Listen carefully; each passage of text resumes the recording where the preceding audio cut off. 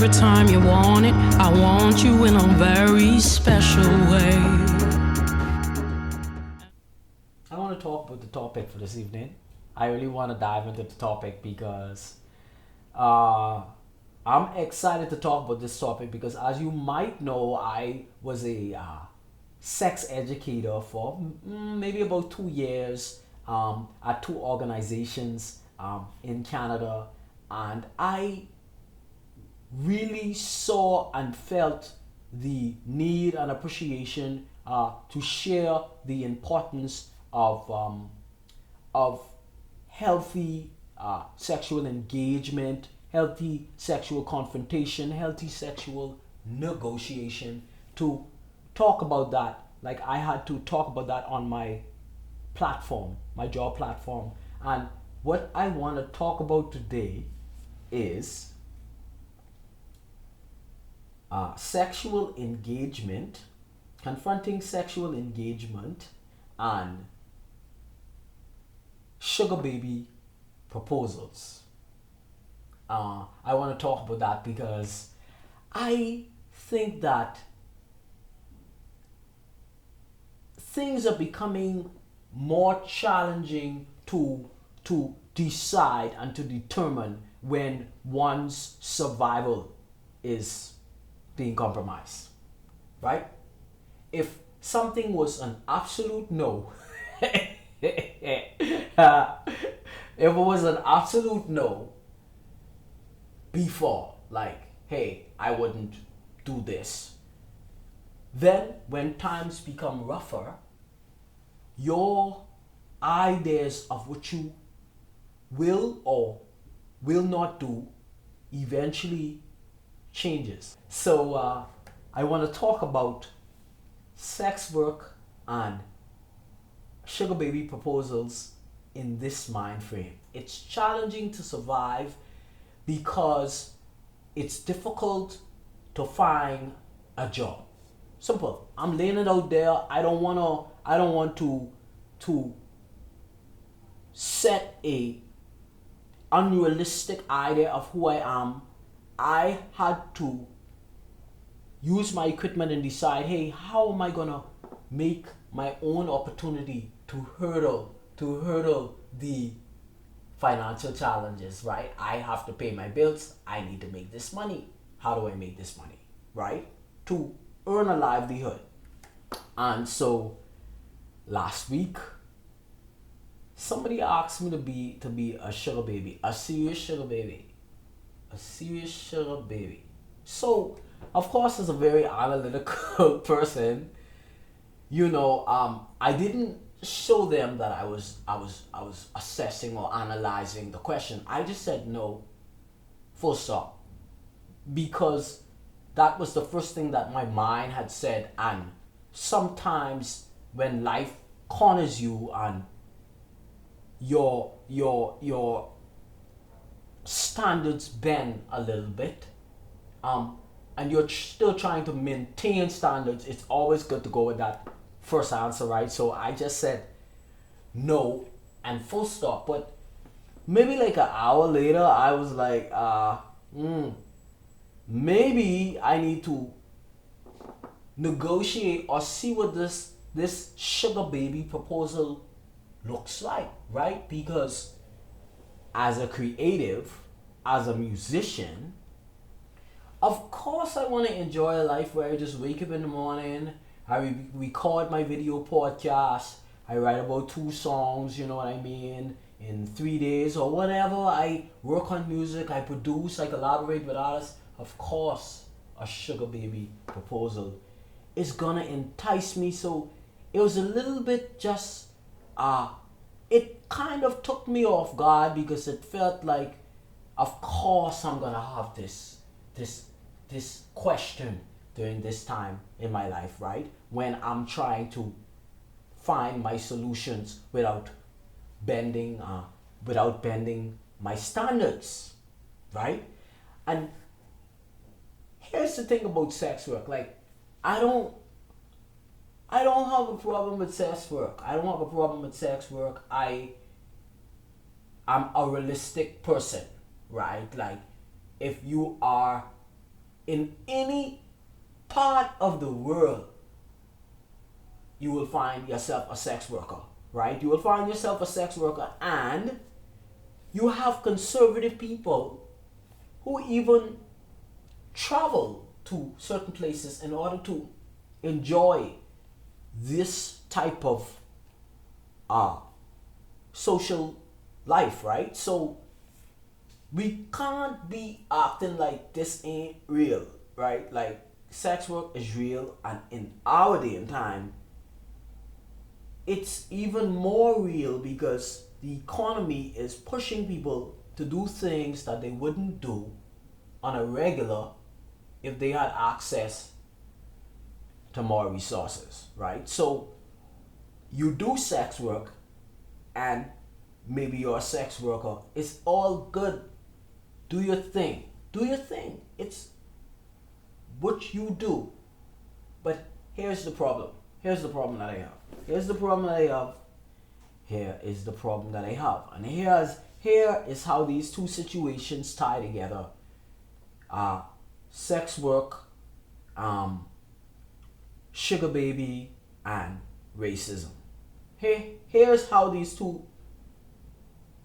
topics tie together. And it's kind of tough to see, you're looking at it, you're like, how does one even impact the other? Are these things, should you even use these things in the same sentence or paragraph? Yeah, look at it. Look at it good. I go into organizations, government organizations, private organizations, corporations within Canada, and I don't see a lot of leadership faces that look like me. Unless, of course, it's in a black organization, and that's a different topic for a different day, right?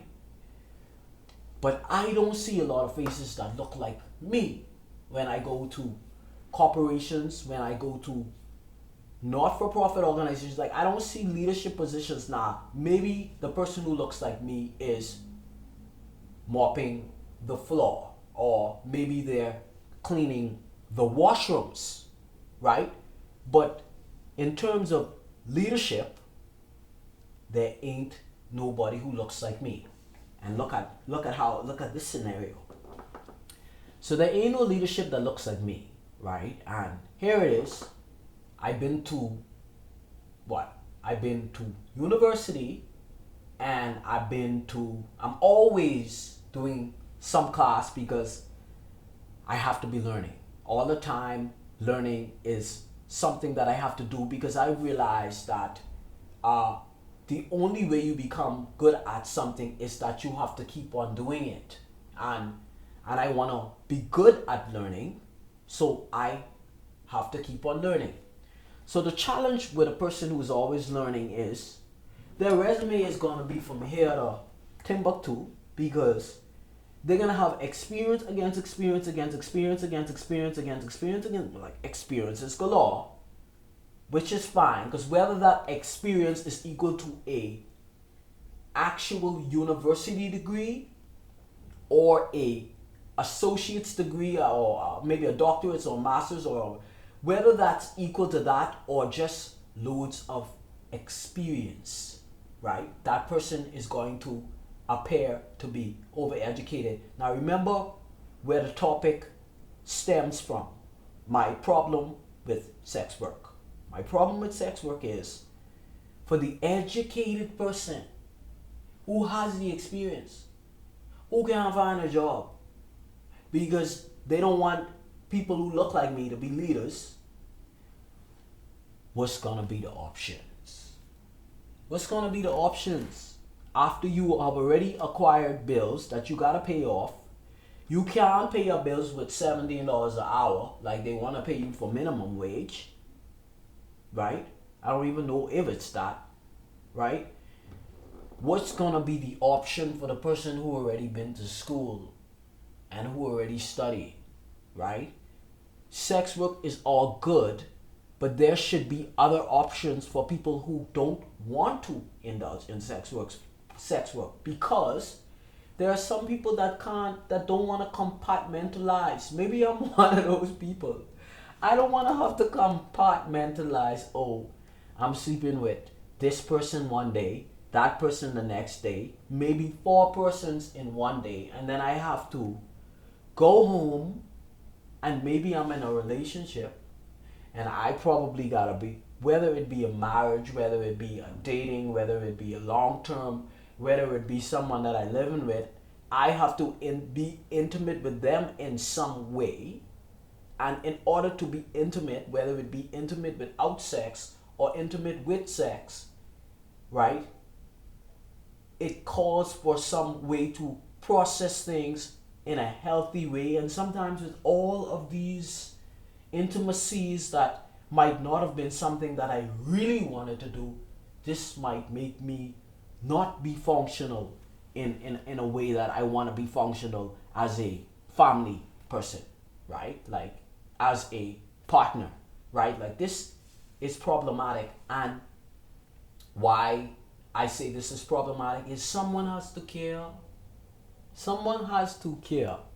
I refuse to believe I'm engaging on a regular basis. I'm on dating apps, and who's swiping like?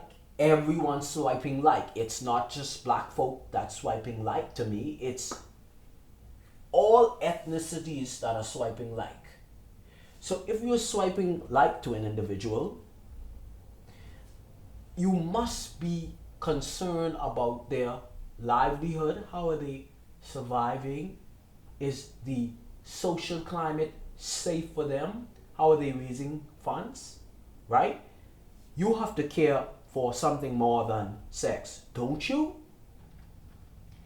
And yes, thanks again. Thanks again for dropping in to share your Friday evening with me. Or maybe it's not Friday. Maybe you decide you want to watch the video on Saturday. Thank you for sharing this evening with me.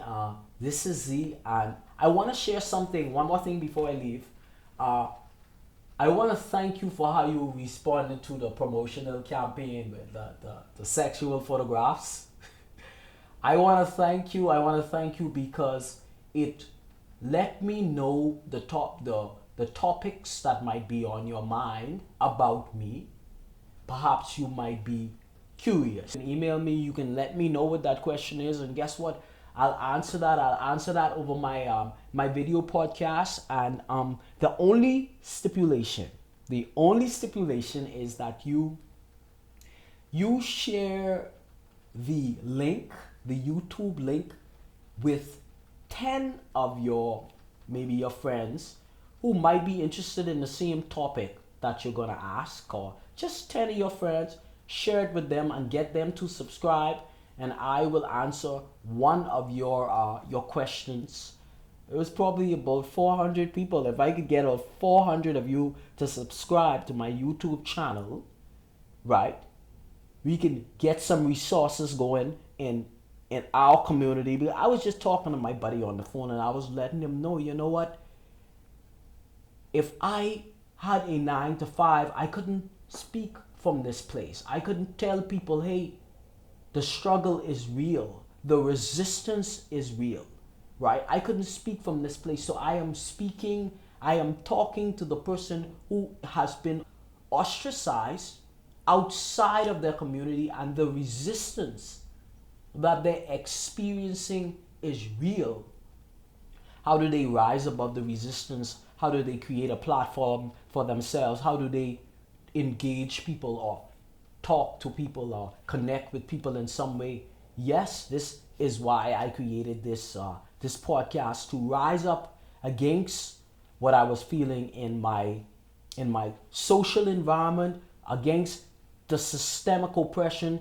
This is why I launched this video podcast, and I am so happy to share this experience with other people, maybe other artists, other musicians that in some way you might have even become homeless during the pandemic.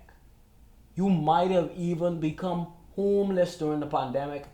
This podcast is not for the people who blinging and flossing, because Blinging and flossing go in seasons, right? You could bling and you can floss now, but in a few months maybe you can have nothing. So I'm talking to the people who are maybe experiencing a bit of hardship, and you want to connect with somebody who is going through that with you. I am here. Melting all the red tape. You request, they say wait. They just showed up too late. Putting on my red socks, breaking off your metal locks, speeding up all my clocks. More advanced in the first place. Children from the best race, you know how the food tastes. Ancestors speaking through me. Shango gets unruly. I'm looking for my jewelry. You speak the truth, you might lose your life. There are only two reasons to fight. Fight for my rights, I fight for my life. I fight for my rights, I fight for my life. You speak the truth, you might lose your life.